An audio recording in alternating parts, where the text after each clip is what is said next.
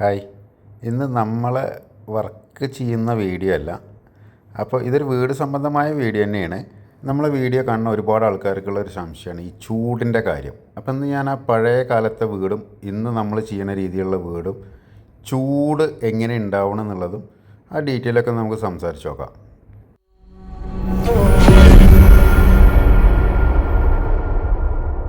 ചൂട് മാത്രമല്ല, ഈ വീട്ടിൽ ഒരുപാട് കാര്യങ്ങൾ നമ്മൾക്ക് കമ്പയർ ചെയ്യാണ്ട് ഇന്നത്തെ കാലത്തെ ടെക്നോളജി, അതായത് ചെതൽ. ഇപ്പോൾ നിങ്ങൾ കണ്ട ഈ ഒരു മരമല്ലേ, ഈ മരം ഈ ചുമരിൽ ഡയറക്റ്റായിട്ട് വെച്ചിരിക്കുകയാണ്. അതായത് ഈ മരത്തിൻ്റെ ഒരു വണ്ണം തിക്നെസ്സൊക്കെ നിങ്ങൾക്ക് കണ്ടു കഴിഞ്ഞാൽ മനസ്സിലാവുമെന്ന് വിചാരിക്കണം. എനിക്ക് കറക്റ്റായിട്ട് അറിയില്ല, ഞാൻ അവസരനോട് ചോദിക്കാൻ മറന്നു. ഏകദേശം ഒരു 100 വർഷത്തോളം പഴക്കമുള്ളൊരു വീടാണിത്. ഇത് കോട്ടയത്തുള്ളൊരു വീടാട്ടോ. ഈ വീട്ടിലാണ് ഇപ്പോൾ ഞങ്ങൾ താമസിക്കുന്നത്. അപ്പോൾ നമുക്കിന്ന് ഈ പഴയ കാലത്തുള്ള വീടും ഇപ്പം നമ്മൾ ചെയ്തുകൊണ്ടിരിക്കുന്ന വീടിനെ കുറിച്ചിട്ട് ഒരു 5 മിനിറ്റ് സംസാരിക്കാം. അതിൻ്റെ ഇടയിൽ അമ്മ ബ്രെഡ് റോസ്റ്റും ഇതൊക്കെ ഉണ്ടാക്കുന്നുണ്ട്. അത് കഴിഞ്ഞതിന് ശേഷം വോളിയം കൂടെ കൂട്ടിയിട്ട് പറയാമെന്നാണ് ഞാൻ വിചാരിക്കുന്നത്.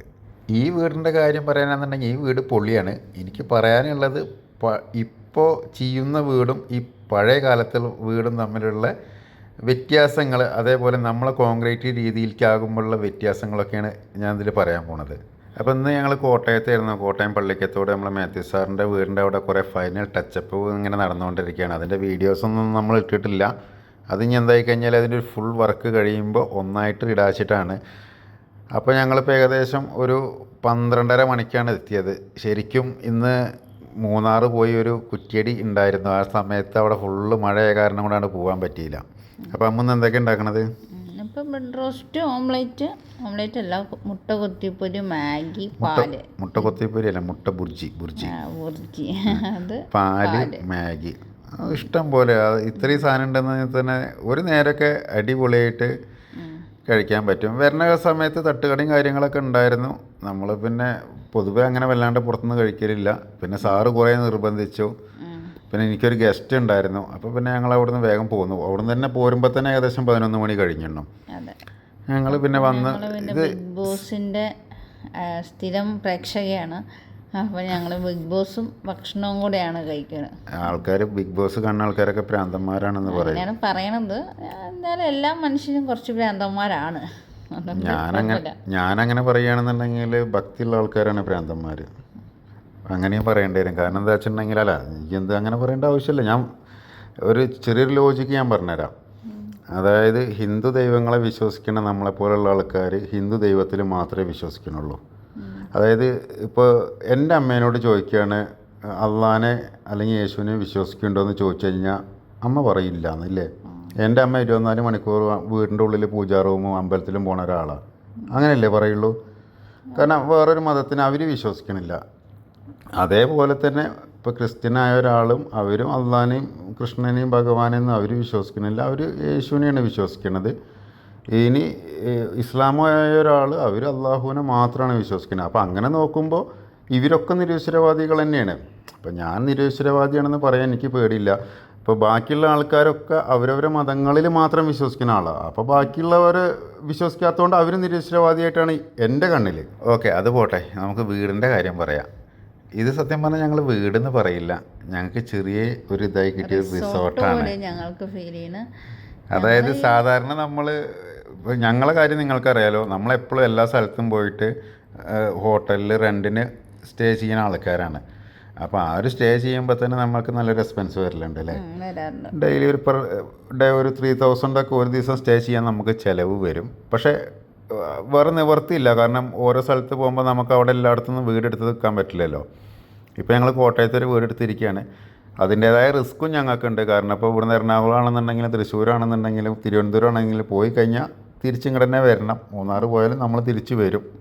പക്ഷെ ഇങ്ങനത്തെ ഒരു വീടായതുകൊണ്ട് തിരിച്ച് വരാൻ ഭയങ്കര ഇൻട്രസ്റ്റാണ്. അതെ, ഇന്നിപ്പോൾ മൂന്നാർ പോവാണെങ്കിലും ഞാൻ ചോദിച്ചത് രാവിലെ നേരത്തോടെ നീറ്റ് പോയാൽ പോരേന്ന്. ഇന്ന് സാറ് അവിടെ നിന്ന് പോണ്ട ഇവിടെ കിടക്കുമെന്ന് പറഞ്ഞത്. അപ്പോഴും പിന്നെ അമ്മ പറഞ്ഞു ഇവിടെ ഒരു വീടുണ്ടല്ലോ, ഞങ്ങളിന്ന് അവിടെ പോയിക്കൊണ്ടിരുന്നത്. കാരണം സാറിൻ്റെ വീട് ഞങ്ങൾക്ക് ഇഷ്ടമാണ് കേട്ടോ. പക്ഷേ ഈ വീട് ഒരു പടി കൂടി എന്താ വെച്ചാൽ ഇതിൻ്റെ ഒരു വൈബ് ഒരു പ്രത്യേക വൈബ് തന്നെയാണ്. നല്ലൊരു വൈബ്, അടിപൊളി സൂപ്പർ സ്ഥലം. അതായത് നമ്മൾ ഇപ്പോൾ എൻ്റെ രീതിയിൽ ചെയ്യണ വീട് തന്നെ. ഈ കോൺക്രീറ്റിൽ കെട്ടിപ്പൊക്കണ സൗധത്തിനേക്കാളൊക്കെ എത്രയും നല്ല അല്ലേ. അതെ. പക്ഷേ ഈ വീടിൻ്റെ ഹൗസ് ഓണർമാരും ഈ വീട് ഒഴിവാക്കിയിട്ട് അവരും വേറൊരു വീട് പുതിയ മോഡലിലുള്ള വീട് വെച്ചിട്ടാണ് അവരും മാറി താമസിക്കണത്.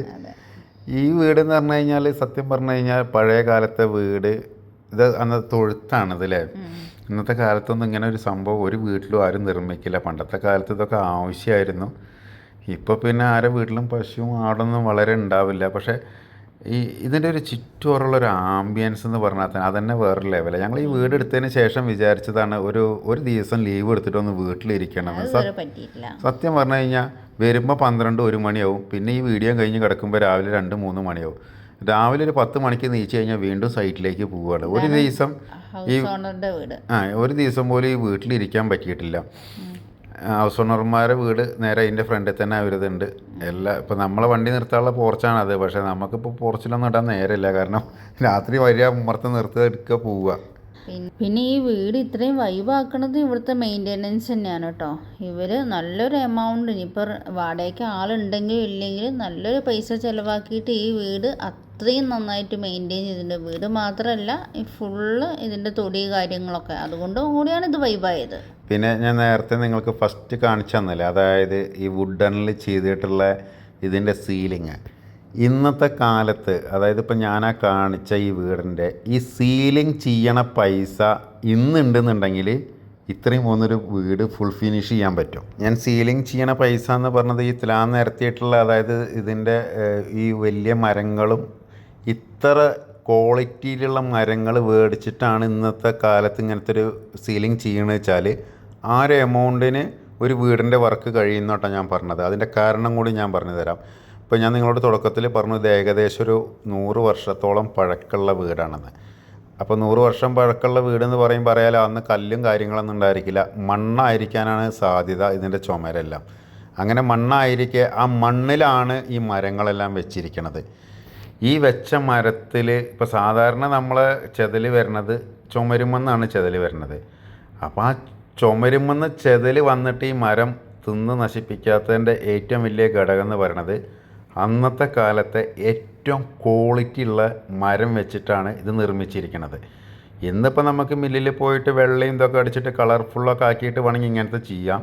ഏറി വന്ന ഒരു 5 കൊല്ലം അല്ലെങ്കിൽ ഒരു 7 കൊല്ലം ലൈഫ് കിട്ടുള്ളൂ. അത് കഴിഞ്ഞാൽ അത് ചെതൽ നിന്ന് പോകും.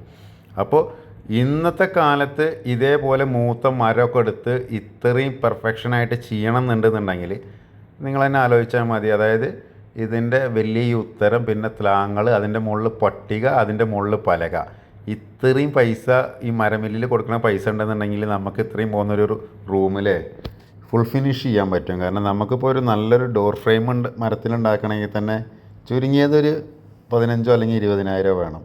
അപ്പോൾ ഇത്രയും പലകയും കാര്യങ്ങളും, കാരണം ഈ ഇപ്പം മുകളിൽ കാണുന്ന ഈ പലകയൊക്കെ ഉണ്ടല്ലോ, ഇതൊക്കെ ഇതിൻ്റെ മുകളിൽ മണ്ണായിട്ടിരിക്കണത്.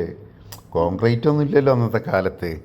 കോൺക്രീറ്റ് ഇല്ല എന്നല്ല, അന്നത്തെ കാലത്തല്ല, അതിന് മുന്നേയും കോൺക്രീറ്റ് ഉണ്ട്. പക്ഷേ ഇങ്ങനെ ചെയ്യുമ്പോൾ ആരും കോൺക്രീറ്റ് ഒന്നും ചെയ്യില്ല. അതിൻ്റെ മുകളിൽ മണ്ണിട്ടിട്ട് അതിൻ്റെ മുകളിൽ കാവ്യാണ് ചെയ്തിരിക്കുന്നത്.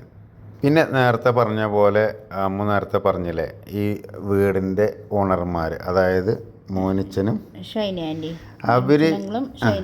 അവർ ഈ വീട് മെയിൻറ്റെയിൻ ചെയ്യണതിൻ്റെ ഒരു ഇതും കൂടിയാണ് ഇത്രയും വർഷമായൊരു വീട് ഇത്രയും പെർഫെക്റ്റായിട്ട് നിലനിൽക്കാനുള്ള മെയിൻ കാര്യം. ഇപ്പം ഞങ്ങൾ വരണേൻ്റെ മുന്നേ അവർ ക്ലീൻ ചെയ്തു. അത് കൂടാണ്ട് ഇവിടുത്തെ ക്ലീനിങ് എന്നൊക്കെ പറഞ്ഞു കഴിഞ്ഞാൽ ഉണ്ടല്ലോ, ഇപ്പോഴും ഞാനതിൻ്റെ ഗ്ലാസ് ഫിനിഷിങ് ഞാൻ എടുത്തില്ല. ഇതിൻ്റെ ഒരു ജനൽ നോക്കി കഴിഞ്ഞിട്ടുണ്ടെങ്കിൽ ഇപ്പം നമ്മൾ കടയിൽ നിന്ന് മേടിച്ചു കൊടുത്തിട്ട്, ഇപ്പോൾ സാധാരണ രീതിയിലൊരു ഹൗസ്, അതായത് കുടിരിക്കലിൻ്റെ തലേ ദിവസത്തെ ജനലും കൂടി ഫുൾ കച്ചറയായിരിക്കും.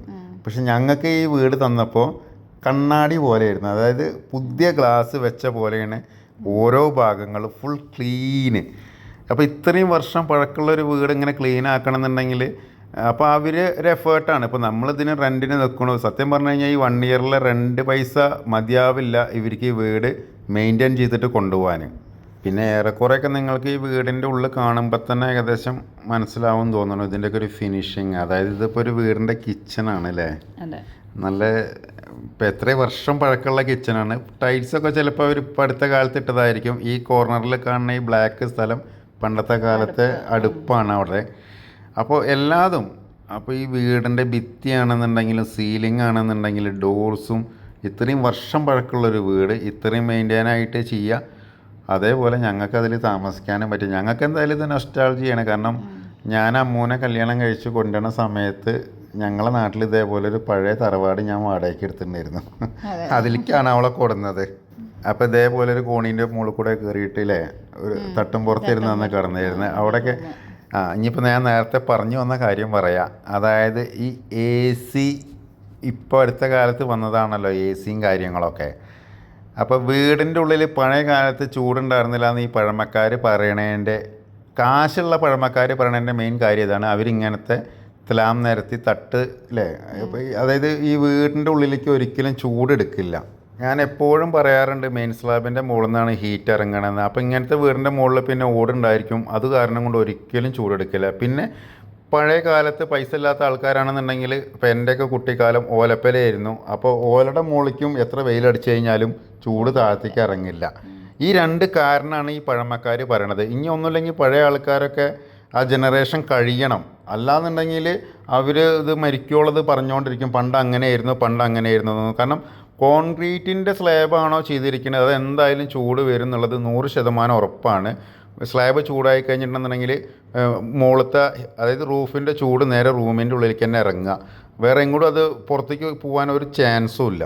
അതേപോലെ ഞാൻ നേരത്തെ പറഞ്ഞ പോലെ ചെതലിനടിക്കണ മരുന്ന് ഈ വീടിനൊന്നും ഇതേപോലെ ചുമരിൽ ഡ്രില്ല് ചെയ്തിട്ട് ചുമരിനെ അടിച്ചിട്ടുണ്ടെന്ന് എനിക്ക് തോന്നണില്ല. അങ്ങനെ അടിക്കുകയാണെന്നുണ്ടെങ്കിൽ ഈ ചുമരുമ്പോൾ മൊത്തം ഇഞ്ചക്ഷൻ വെക്കേണ്ടി വരും. ഇതിൻ്റെ അസ്ഥിവാരത്തിൻ്റെ അടിയിലേക്കും ഇഞ്ചക്ട് ചെയ്തിട്ടില്ല. അപ്പോൾ ചെതൽ പിടിക്കുന്നതിൻ്റെ കാരണം നിങ്ങൾ ആദ്യം മനസ്സിലാക്കേണ്ടത് ലോക്കൽ മരം മേടിച്ചിട്ടാണ്. നല്ല ക്വാളിറ്റിയുള്ള മരം പൈസ ചിലവാക്കി മേടിച്ച് കഴിഞ്ഞാൽ ഒരിക്കലും ചെതൽ പിടിക്കില്ല. ഈ വീട് ഇത്രയും ഭംഗിയായിട്ട് നോക്കുന്ന ഷൈനി ആൻറ്റിക്കും മോനിച്ച അങ്കിളിനും എന്തായാലും ഒരു ബിഗ് താങ്ക്സ്.